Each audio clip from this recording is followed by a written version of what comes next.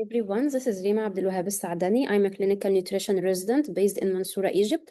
Like today, we will study together or discuss together how to properly do assessment and evaluation for the nutritional status for your patients, especially if you are based in very resource limited settings where like in my hospital, for example, we do not have these digital scales either in the ICU in general. We do not have a scale or those within the bed to measure the weight of the patient.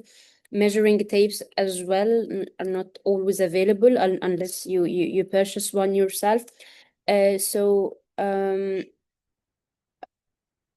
Not all lab values are available every day for the patients, and you have to tailor yourself to adapt your clinical judgment and your nutritional prescription based on the labs available for the patient, either ordered by ICU or general surgery or internal medicine or whatever specialty is caring for your patient. And that's why I try to build this. It is not like manual. Yeah, let's call it manual for myself to help me during my daily rotations on the patient to make sure that I drive like world class um,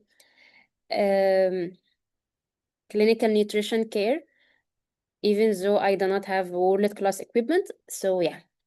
So your patient, once admitted, I should do proper assessment of the patient nutritional status. We will come through each step of this now. Then come to diagnosis and risk stratification. Then what nutrition prescription I should prescribe and how should I deliver it to the patient parenterally, enterally, or orally. Then monitor and adjust my plan according to the prognosis of the patient.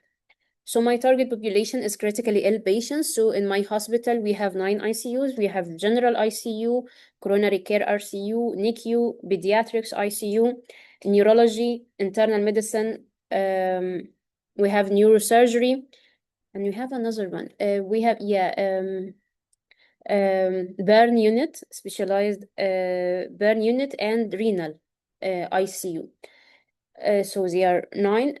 So these are my target population in either of these settings. And as I mentioned, I do not have access to, for example, ready to use either enteral or parenteral nutrition bags. We do not have feeding pumps or so. So everything starts from scratch and we have to provide proper care. So what should we do? We should adapt the nutrition protocol and to get proper anthropometry and deliver care. So, how to get weight or height of the patient when you do not have a scale.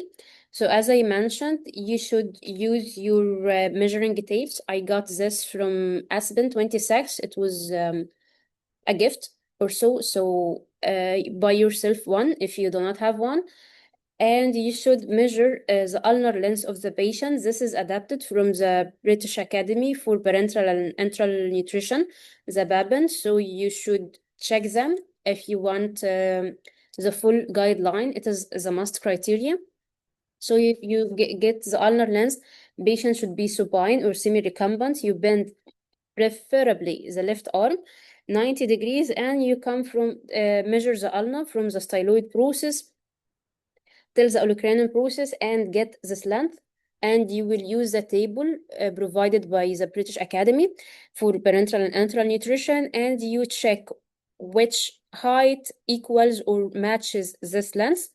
Also, if the patient, for example, is amputee or you have a lot of lines in the arm, so you cannot bend his arm, you can estimate the height using the knee length. So from the lateral malleolus and to the knee, you measure this height and you get the actual height in centimeter by a sample formula. For a male, it is 64.19 minus 0.04 times his age plus 2.02 his knee height in centimeters. For female, you will change this number. It is 84.88 minus 0.24 his the female's age plus 1.83 her knee height is the one you measured. And when you get the ulnar length, you can calculate the height in centimeters from the Babin guidelines, and then you, for a male, it is 50 kg plus 0.9, his height in centimeter minus 152. And for a female, it is 45.5 plus 0.9, her height in centimeters minus 152. If it is not clear, kindly mention in the comments. And then how to get the body mass index if you couldn't do any of these. You can check the mid-upper arm circumference or cuff circumference. They will give you a rough estimation of the body mass index. Mid-upper arm circumference, you measure the length from the acromion to the olecranon process, and you highlight points in between. And you get the circumference of this one. If it is less than 23.5 centimeters, her body or the patient's body mass index most probably is less than 20 kg per cubic meter. If it is less than 32 or more than 32, I'm sorry, patients will be categorized as a body mass index above 30. For pediatrics, also I got this from the Aspen 26 conference from Dr. Gina Rambel. She was giving a lecture or a skill lab about anthropometry for pediatrics. So it is very easy. And I guess she mentioned that it is from the UNICEF, and you have a lot of these tapes are supposed to be for each age group. So it is very simple. You put it like this, and you measure the circumference, the arm circumference of the child. Okay. And as you can see, it is color coded. So it's green for normal, yellow is high risk, and orange. And for extremely high risk or extremely malnourished children, it will be the red one. So, and also it has the ages of the child here. So it is very simple, and I consider myself lucky enough to discover this. It was very easy. And Dr. Gina Rambel was like generous enough. We were the last cohort to take this skill lab. And she had a lot of these left, and she said you can take whatever you want. So I got two of these. One I am leaving it, or I left it at the hospital at our pediatric ICU. And this one, it will be for my clinic. So if you got a chance to use one of these, it will make your life a lot easier, because once you're measuring, you do not have to go back to a table or so. Like, it will tell you exactly for this age group what risk is your patient at. So these are very useful. Okay, so for the cuff circumference, as we mentioned, you measure the cuff circumference of the patient. His lower limb should be hanging or supported, not sleeping. But if the patient is recumbent or is sleeping and there is no other way, so do not say like the patient is not cooperative or the patient is sleeping or cannot do it. Just try to do your best. So if the cuff circumference is less than 31 centimeters, it is, I'm sure, like, if you are using are not using the metric scale, you can try to search what 31 centimeters equal. So he will be malnourished, and body mass index almost always or approximately will be less than 18.5. You cannot estimate the exact body mass index. If it is between 31 and 34, this is mild malnutrition. More than 34, probably your body mass index is more than 22. Okay. We are physicians, so we are trained to use our hands, and this is the most important asset you have is your hands. So you can visualize malnutrition using facial muscles. The temporal muscles are here. It will be very visible in patients who have temporal muscle wasting. You will see like a scooping or depression here. Of course, patient does not have, like, you should make sure that patient is not having any fracture or so, but you can see it in very wasted patients. But if it is normal and rounded, this is moderate. This is normal, I'm sorry, no hollowing. And moderate to severe, you can see the hollowing above the zygomatic arch, masseter muscle. These are above your cheekbones. If it is full and firm and bulky, this is normal. You can ask the patient to clench his teeth and you can palpate it properly. If it is mild malnutrition, it will be soft and the bulk will not be that firm. You can compare it to yourself and your colleagues. You can examine each other to make sure that you know the normal. So anything other than that will be abnormal. They taught us this in medical school. So whatever you should check a lot of normal. So whenever there is abnormal thing or a thing that is different than the ones you are used to, so this is probably an abnormal. Severe malnutrition, you will find the masseter is very thin, atrophied. This is chronic protein deficiency. Functional assessment for if you do not have dynamometry, you can measure the hand grip of the patient. Actually, I saw one of the research papers indicate that you should do your hands like this. Like I am not sure if you can, like you should stretch this more and use this for the patient to clench on. If the patient has a proper grip and you cannot overcome it, so this is normal. If you come it with a little bit difficulty or with effort, this is moderate grip. And if you easily like come over it, this is moderate weakness. And if the patient does not have a grip at all, like I faced a patient for in the neurology ICU, like he cannot even like clench his hands over his fingers over my hand. So this is no grip at all. He's very frail. You can find also in the stage cancer disease patients, unfortunately, like they will have no grip at all. Okay. As I mentioned before, not all lab values are available in all hospitals. And if you are, as a nutritionist, require a specific lab to be evaluated or to be drawn for the patient, it will not be easily because, like, for example, ICU is requiring a lot of labs to be drawn, and you are not a priority as a nutrition. So this is completely normal. Don't take it personal. You can use the labs drawn for the patient for other purposes to for your favor and to use them to provide proper clinical nutrition. Okay, just a second. For if the lymphocyte count is less than 102,000 microliter, unless the patient is having other comorbidity or other disease causing lymphocytopenia, so this is a sign of malnutrition. If you cannot draw albumin, pre-albumin, or so, if you find bedal edema bilaterally, so this is a flag of hypoalbuminemia, or if the patient was admitted to the hospital with no edema and he developed edema later on, so you should suspect that you are doing something or you are not fulfilling the requirements of the patient regarding nutrition. Skin, if it's dry, scaly, flaky skin, so suspect vitamin and protein deficiency. We all know the, like we studied this in details, like vitamin deficiencies during medical school. So you should suspect any signs of vitamin deficiency and correct it accordingly. For the hair, it will be sparse, brittle, and easy buckled up hair. So this is severe protein deficiency.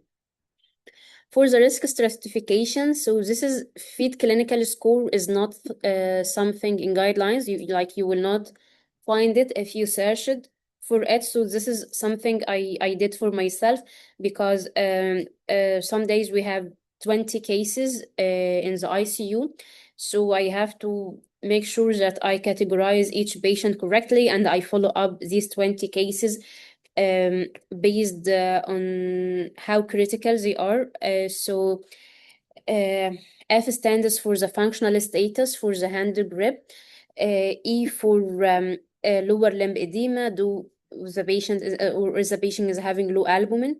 The other E is estimated weight loss. Did the family or the relatives give a history of weight loss, or for example, because like not all people measure themselves at home, like they will say clothes are become loose and so on. D is the demographics or the measurements I do with the measuring tape. So you will not find this on YouTube or so. So just do whatever suits you and whatever you find easy. So mid upper arm circumference, if the patient I'll give the patient a score based on these.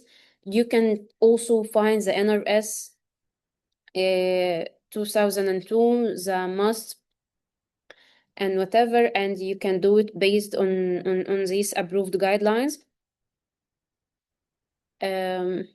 But like this what works for me, and you give the patient a score. If the patient score is 0 to 2, so this is a low risk patient, I will monitor him weekly. If a patient has a score of 3 to 4, he's a moderate risk and I should start nutritional support immediately. And if the patient is having is scheduled for surgery, I will consult with the surgeon that we need to stabilize patient as a patient first, and we need to provide proper nutrition first before you let him into the theater. Is score is 5 to 8, this is a high risk patient.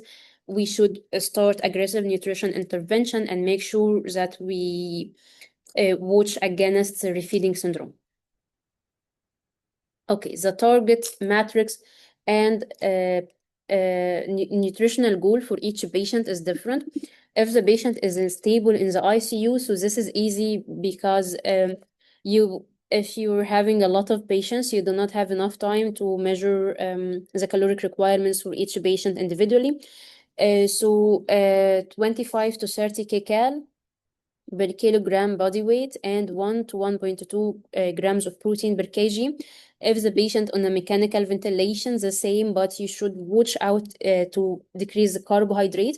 If the patient is or is the ICU, will try to wean the patient from the ventilator, because during weaning phase, you should minimize carbohydrate to stop acidosis and to help patient wean properly. We will discuss this later in ICU nutrition.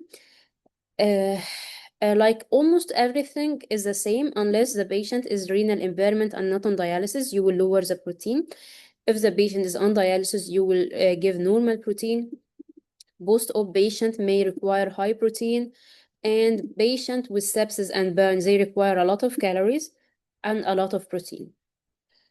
For pediatrics, it is 80 to 100 kcal per kg, and I'll discuss pediatrics in details, nutrition for pediatrics and how to do anthropometry and so on later on. For enteral delivery and blenderized tube feedings, so infection protocol measures should be strict regarding enteral nutrition. As I mentioned, we do not have ready-to-use enteral nutrition bags or closed system, so we are obliged to have an open system. So you should at least adapt infection control measures, wash things thoroughly, make sure they are not infected, no contamination or no anything. You should blend it in the hospital fresh for the patient. They should not be frozen and thawed or so. And blenders for blenderized tube feeds should have specific criteria and specific force to help them blend food properly with zero lumps, so that they can pass through the 14 to 16 French feeding tubes. You should strain this to get rid of extra fibers or things that can clog the tube. Sterilize it by heating it up to 100 degrees Celsius for 5 minutes, boiling simply, or 70 degrees Celsius for 30 minutes for pasteurization.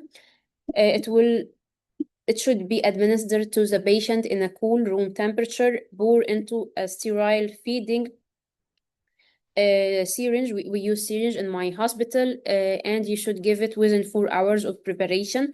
More than that, it should be discarded. Okay. Uh, for gravity, the patient should be sitting in 45 degrees. This for sure should be nasogastric. And the height or the distance between the tube and the patient is 30 to 50 centimeters. Or in my hospital, we do not have these hangers, so the nurse is holding it. The first feed should be 60 ml total and giving by rate 10 ml per minute. Later on, you can increase by 10 to 20 ml per hour every 8 to 12 hours, and you should not exceed administration rate more than 15 milli per minute unless patient is like perfectly tolerating it. Target is 100 to 150 milli per hour for adults, and you should maintain the tube by flushing it by 20 to 30 milli of water every 4 hours. Or in my hospital, we do it before and after feeds. What are the signs of intolerance? If the patient is having gastric residual more than 200 ml, check. This is not like recent guidelines, like gastric residuals is not usually checked routinely. If you found gastric residual more than 200 ml, hold the feeding by one cycle. Abdominal girth is the circumference near the umbilicus. If it is more than 5 centimeters, this means that the patient is getting bloated. So slow the feeding rate, and if you are administering the feed that is cold, try to make it at room temperature. Bowel sounds as well are not routinely, and the guidelines do not recommend waiting for bowel sounds to start or initiate feeding in the ICU. But like some surgeons prefer that to stop feeding if there is no bowel sounds. So hold the feeds and evaluate cases for the ileus. If they come free, you can reinitiate the feeding. If the tube is clogged, visible blockage, try flushing it with warm water or using a toothbrush motion to there are specific brushes, so we do not use them. So you should make sure the tube is not clogged. Okay. How to reevaluate the patient? As I mentioned, you have risk stratification. You know this patient, I should monitor him within 1 week. This is a completely stable. I'll wait for 2 weeks. This I will reevaluate every 48 hours. This is every 24 hours. So what is the required action? If the mid-upper arm circumference decreased by more than 1 centimeters within 1 week, so increase the calories by 20%. If the cuff circumference decreases by more than 1.5 centimeters, improve or increase protein by 0.5 gram per kilogram per day. If the hand grip decline, add nutritional supplement or fortify food. If there is new or worsening edema, evaluate protein deficiency and refeeding syndrome. A hospital isn't the best place for a patient to diet or to lose weight. So patient should not lose weight in the hospital by any means. So we will discuss refeeding syndrome in brief, but I will dedicate specific lecture for refeeding syndrome. It will be in details, it will be updated and for following the recent guidelines. But as I mentioned, this is a manual I created for myself to help myself in everyday rounds. So refeeding syndrome will be illustrated in details later. Okay, screening the patient on admission. High risk criteria: if the patient didn't eat any food for the past 5 to 7 days or ate less than 25% of his requirements. If the patient is suffering from significant weight loss, more than 10 in 3 to 6 months, severely low anthropometric measures, for example, patients with anorexia nervosa, history of prolonged vomiting and diarrhea. We face the females with hyperemesis gravidarum. So this is a severe hyperemesis gravidarum. You should monitor for refeeding syndrome because this lady for sure lost a lot of electrolytes. To the side, I put chronic alcoholism is a risk factor, but it is not common in some regions. I thought that until within 1 week, I faced the two. alcoholics, chronic alcoholics in our ICU, but it is not the normal for the Egyptian population to consume alcohol, but it is became prevalent. So you should check if the patient is alcoholic. He may easily go into refeeding syndrome even though he did not have any of these criteria before admission. So uh, what happens if I do not have the lab? So sometimes the patient is admitted and there is no enough facilities to get him measuring of his electrolytes, for example, magnesium, phosphate, calcium, potassium, and so on. If the patient is arrhythmic or having irregular pulse on the bedside monitor, this is low potassium and magnesium, and for sure cardiology will will ask for potassium and magnesium levels. Tetany and muscle twitching, so are involuntary spasms. They will be very visible, indicating low calcium and magnesium. Worsening edema, swelling that start shortly after feed, so this is fluid shift, this is severe protein depletion. Respiratory distress, also breathing difficulties, this will be due to edema or hypophosphatemia. Systemic weakness that is not explained by the primary illness of the patient. Okay, so what is the algorithm for feeding? As I mentioned before, refeeding syndrome will be illustrated in details later on. So, but for the first 48 hours, do not give feeds more than 10 kcal per kilogram per day, especially if you are giving them parenterally, not enterally or orally. Because for enteral and oral nutrition, patient can show signs of intolerance, but for parenteral nutrition, you are giving nutrition directly to his circulation, so there is no intolerance. This patient will die. So for average adults, this will be approximately 300 to 500 kcal per day. For oncology patients, you may face a patient who is 45 kg, 45 calories per kilogram for a 45 kg patient maybe 20 calories and something. So you can sometimes have to give less calories than this. Advance slowly. Every 24 hours, you should advance to give only 10 to 15 calorie per kg per day for every 24 hours. Continue monitoring the patient tolerance. And you may need to give supplementation, for example, electrolytes. You should supplement electrolytes. If the patient cannot take oral supplementation, it should be parenteral supplementation. And as I mentioned again and again and again, a detailed lecture of refeeding syndrome will be discussed.